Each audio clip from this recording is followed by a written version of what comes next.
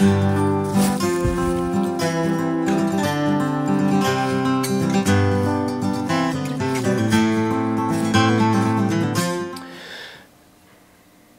since the last time I was able to get the camera turned on and get some filming done, I have had a chance to get some sewing done, at least off camera, and here's what I've got so far. So this is the body of the shirt here, and it's split up the front. So you take the front panel and cut it right down the center, and that's how you get these two different sides. All of the original examples of hunting shirts are split front. And so obviously this one is going to be also. When you're making a split front like that, one of the first things you need to do is hem that raw edge. And so that's what I've done here, just a very basic, simple whip stitch to hem that raw edge there on both sides. And this material frays quickly. You can see just all over the place are long strips or long threads of wool and linen threads. So as quickly as I get it cut, as soon as I can get that seam accomplished, I like to try to get it sewn up. I've got one side of the body stitched. This is back stitched here to about 11 inches from the shoulder piece here. So I've got an 11-inch opening here, if you can see. And that's where the sleeve will be set in. And I'm using a back stitch, and I'll show you here in just a little bit how to do a back stitch. It's a very strong hand stitch, probably the strongest, much stronger than a generic running stitch might be. And it's what I use for pretty much the entire garment, with the exception of a whip stitch and a zigzag style stitch that I'll show you later in the shoulders.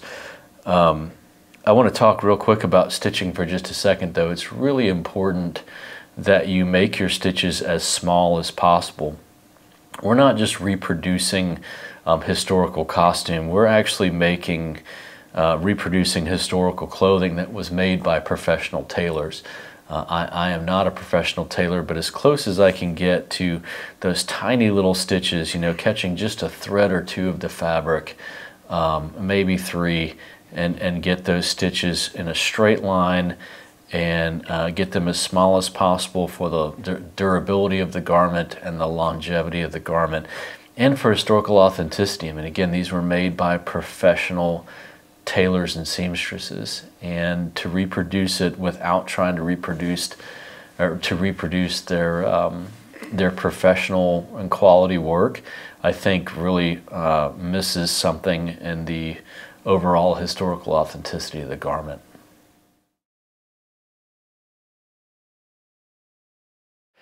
I've got a couple little tips and pointers I wanted to add that I've learned over the years.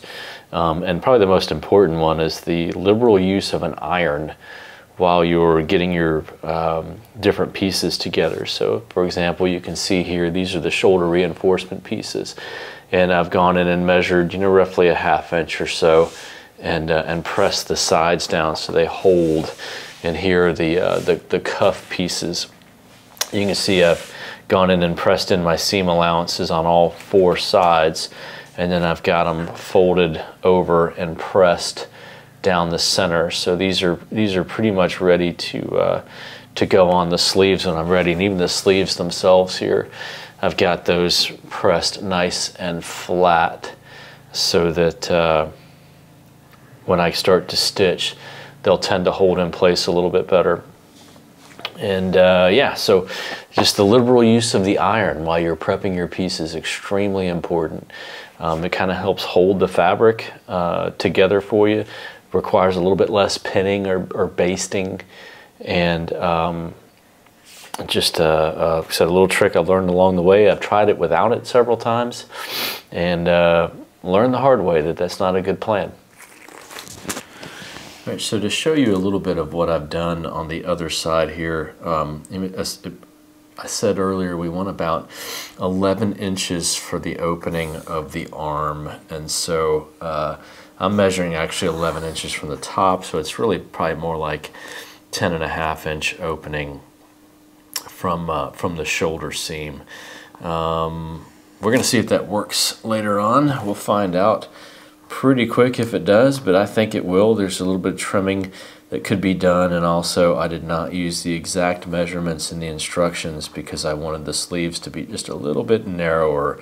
Don't quite like the big billowy sleeves that I made on my first hunting shirt, following the directions exactly. So I'm just going to put a little pin here at the 11-inch mark, and it matches up good with the other side, which is most important as well. And to follow that, just to confirm, because again, we want this thing to look as professional as possible when we're done, I'm going to use the same measuring tape I used before and see if I'm roughly that close. And now I look at this and I see that that is not. Let me use this little newfangled thing I've got here on the ground and see if that's even closer. Okay, that's interesting. That's very interesting. Those two measurements are very much off. So in order to make it symmetrical, I'm going to measure here down to 11 inches, and that's right there. Okay. Let's see. Go. Okay, we'll call that 11 1/4. Come over here. We'll call this 11 1/4. You're going to put it right there.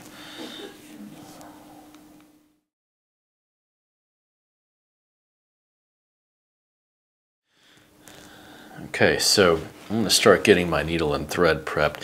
So I've got a piece of thread pulled out, and it's roughly, I don't know, you probably can't see it in the camera here because I got the zoom in, but it's roughly, I don't know, an arm's length here.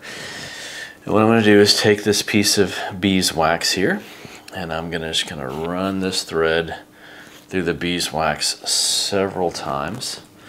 And what that's doing is, again, getting all these threads nice and bound together in that beeswax.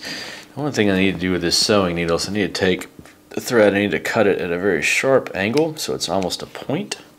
You probably can't quite see that in the camera there, but you got a good sharp point on that piece of thread. Now I'm just going to run it through the eye of the needle, and sometimes this takes me just a few minutes to do. Let's see. I don't want to do it there. Let's see if I can get it run through here. Let's try a little more beeswax on there. I'm going to leave all this part in the video, so if you have frustrations with getting needles threaded, you can see that you are not alone. Alright, come on. There we go. Okay, finally got it. Pull this through just a little ways, pull it back on itself there, and then what I do is I take that little fold and I run it through the beeswax yet again there, just one more time. Okay, so now I have a piece of thread that's just long enough to be useful, and I'm going to take and knot the back end here.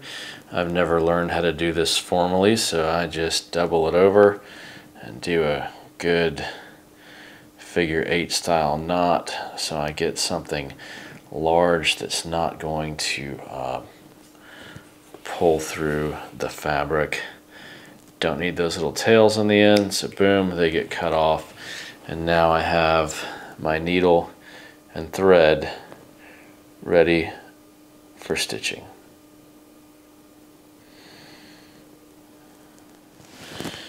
Okay, I want to see if I can show you a little bit of the back stitch itself here.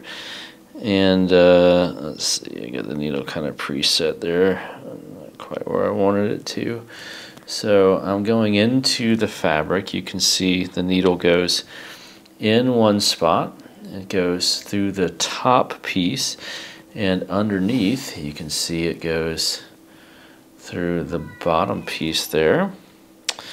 and then you can see it comes out the top piece again. I'm going to make this just a little bit smaller if I can, and you'll see why in just a second. This is the basic back stitch. So then I want to pull the thread through, okay, all the way through, and I'm going to pull it just tight enough there to create a little bit of tension between the two pieces, but not very much. Now you see I have the tail piece, or the thread coming up there. I'm going to come in along that same line and do the same thing again. Now if you notice, I'm following this blue stripe right here, and I'm staying just to the right of it. Very handy in stitching with this particular material because I've got a nice piece that I can follow, and I just go a few threads in each time. So, and by threads what I mean is the threads that make up the warp and the weft. The warp and the weft, I don't know if I've got that right, it could be backwards. The warp and the weft of the material, and each one has threads. You can see them in the blue stripes right there. You see blue and you see the linen.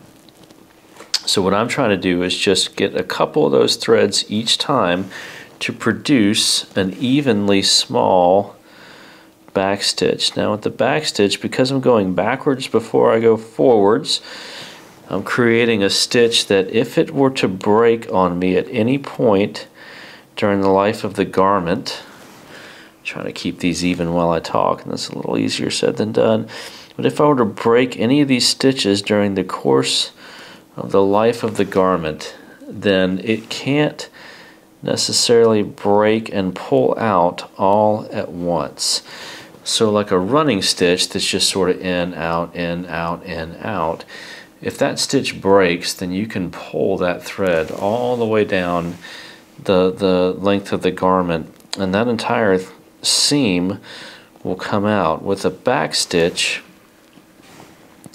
if a thread breaks, it immediately runs into the stitch behind it, and that stitch has to come out, and then the next stitch has to come out, so you're just creating a much stronger seam.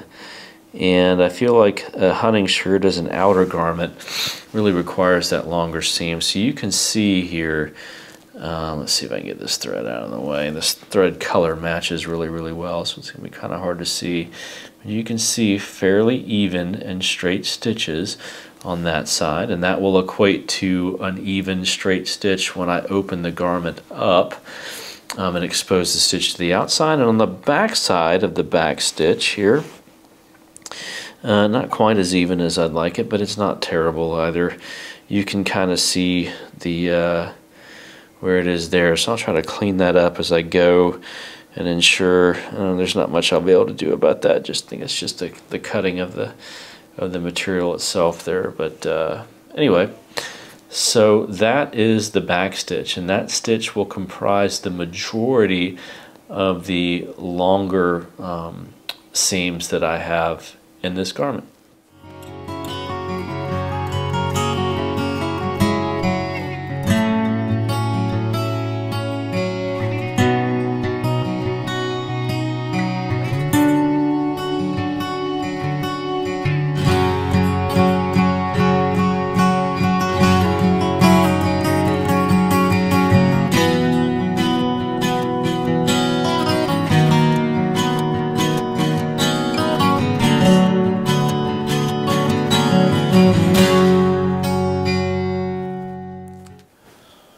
Alright, so as you can see, this is a very crude shirt at the moment. No sleeves, obviously just a slit up the front, so I have my two sides here.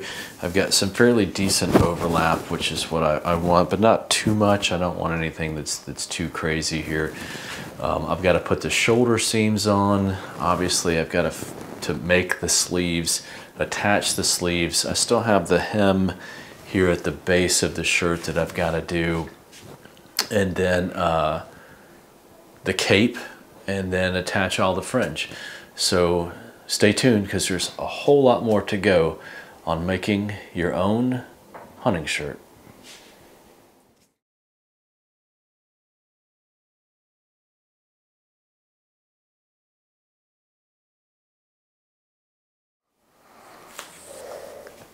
All done.